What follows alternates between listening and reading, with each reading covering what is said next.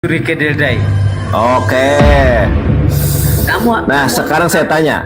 Sekarang saya tanya sama Anda. Kamu terdata. Emang saya pintar. Kamu pintar. Karena hikmat dari Roh Kudus saya pintar.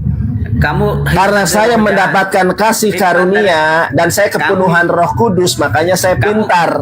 Kamu kepenuhan roh jahat kamu. Lo enggak Roh Kudus. Kamu kepenuhan roh jahat, makanya kamu Roh Kudus, saya tengkingkan saudara di dalam nama Tuhan yang disembah oleh Yesus. Oke, saya tunjukkan. Itulah. Kamu nggak bisa jawab, Saya tunjukkan. Saya tunjukkan dosa Yesus keempat. Coba perhatikan ini. Ketiga, yang tadi pertama janji palsu, yang kedua merugikan pedagang, yang ketiga Yesus mencuruk keledai. Coba perhatikan ini. Matius 21 ayat 1 sampai 11.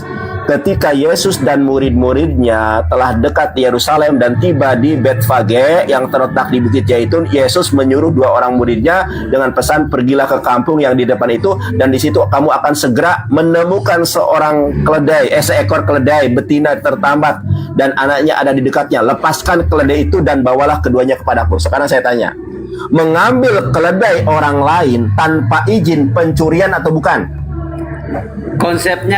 Konsepnya Tuhan menyuruh mereka melepas keledai, kan konsepnya kan kamu nggak tahu. Konsepnya adalah mengambil keledai, menyuruh orang-orang berbuat pencurian itu adalah dosa atau tidak. Yesus mencuri keledainya orang loh. Konsepnya yang Tuhan maksud itu kamu nggak ngerti, kamu mutar-mutar situasi. Konsep yang seperti apa yang Anda maksud? Kan Anda bertanya, saya nggak pernah menjatuhkan Anda. Temanya isi bait Salomo. Kemudian Anda bertanya kepada saya, Bang Nandar ganteng dari tanah Sunda, orang Kuningan, Jawa Barat. Saya boleh bertanya di luar tema apa enggak? Boleh. Di mana dalil? Sebentar, di mana dalilnya Nabi Muhammad maksum dari dosa? Quran surat Al-Fath ayat kedua. Kemudian Anda yang bertanya sendiri, Bang Nandar yang ganteng dari Kuningan, Jawa Barat, apa dosa-dosa Yesus? Kalau Anda bisa menunjukkan, saya tunjukkan dosa-dosanya. Janji palsu, dosa. Membolak-balikan meja, dosa. Yang ketiga, saya tanya kepada Anda, Yesus mengambil keledai orang tanpa izin, itu dosa atau tidak? Begini ya, kita sepakatilah, itu adalah hal-hal dosa. Firman yang kau keliru mengartikannya. Ya, mahala. Oke, sekarang kita baca nih. Sekarang saya kita baca dari awal. Sekarang saya tanya, dosa Yesus. Anda yang tanya. Sekarang Anda kan tanya sama saya. Nanti saya jelaskan. Sama Tuhan Yesus mana yang lebih kejam? Nabi Muhammad tidak berdosa, sudah maksum. Nah, yang gimana? Tunjukkan banyak. Dosa Nabi Muhammad. Istrinya banyak gimana? Hah? Loh, emang Yesus istrinya satu, Yesus istrinya tiga. Mau saya tunjukkan istrinya Yesus banyak? Saya tunjukkan. Enggak dulu, Muhammad dulu. Loh, kok enggak? Muhammad istrinya banyak, kenapa? Nah, sekarang saya tanya, Anda tahu nggak kalau Yesus poligami? Enggak, saya mau tanya dulu, Muhammad kenapa punya banyak istri? Kalau Nabi Muhammad poligami, kenapa? Sementara Yesus juga poligami. Saya tunjukkan Yesus poligami. Enggak, saya tanya dulu, Muhammad kenapa? Saya tunjukkan Yesus poligami, ya, menurut bapak-bapak gereja. Nih saya tunjukkan. Kenapa Anda bertanya sesuatu yang Yesus sendiri lakukan? Enggak, saya tanya dulu. Nih saya tunjukkan kepada Anda. Kenapa dia berpoligami banyak sekali? Ya, Yesus juga poligami. Emang Yesus nggak poligami? Nggak ditemukan. Nih saya tunjukkan ya. Alkitab.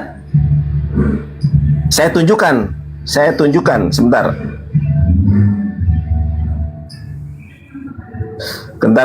Sebentar ya. Saya tunjukkan. Yesus poligami menurut Bapak Gereja Orson Haide. Ntar saya tunjukkan. Ini menurut Bapak Gereja. Kamu Katolik atau Protestan? Saya tanya. Nih. Perlu kamu tahu. Yes. Enggak, oke. Anda takut ya. Coba perhatikan.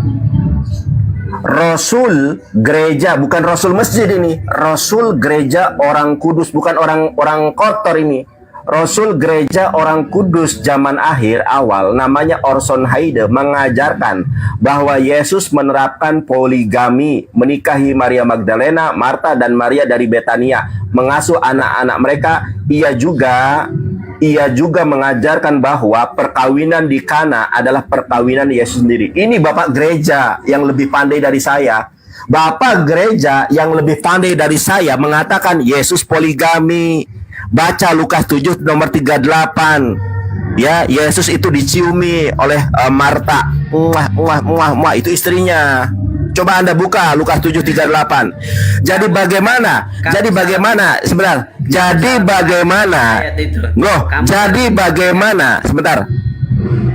bagaimana Anda bertanya tentang poligami sementara Yesus juga poligami? Kenapa Yesus poligami? Kenapa Yesus poligami? Sebentar. Kenapa Yesus poligami? Karena ini terang-terangan ini. Enggak, di situ enggak tertulis. Ini terang-terangan dari Bapak gereja. Bible-mu ada karena ada bapak-bapak gereja. Tapi kamu yang mengolahnya seolah-olah bahwa Yesus itu poligami. Ya, kok mengolahnya? Saya membacakan data dan sejarah, bukan menurut saya sendiri. Saya tanya, kan tadi Jangan terguncang. Tadi kau belum jawab. Apa pertanyaan Anda? Apa pertanyaan Anda? Kenapa Muhammad berpoligami banyak sekali? Iya, saya juga boleh bertanya. Ternyata Yesus juga poligami. Apakah Yesus berdosa kalau Yesus poligami? Kamu jawab dulu pertanyaan saya tadi. Kenapa Muhammad berpoligami? Anda bertanya gini loh. Anda bertanya sesuatu itu dilakukan oleh Yesus. Yesus aja poligami, istrinya bule dan blonde semua. Itu kan ungkapan apa namanya? Penjelasan apa itu sejarah.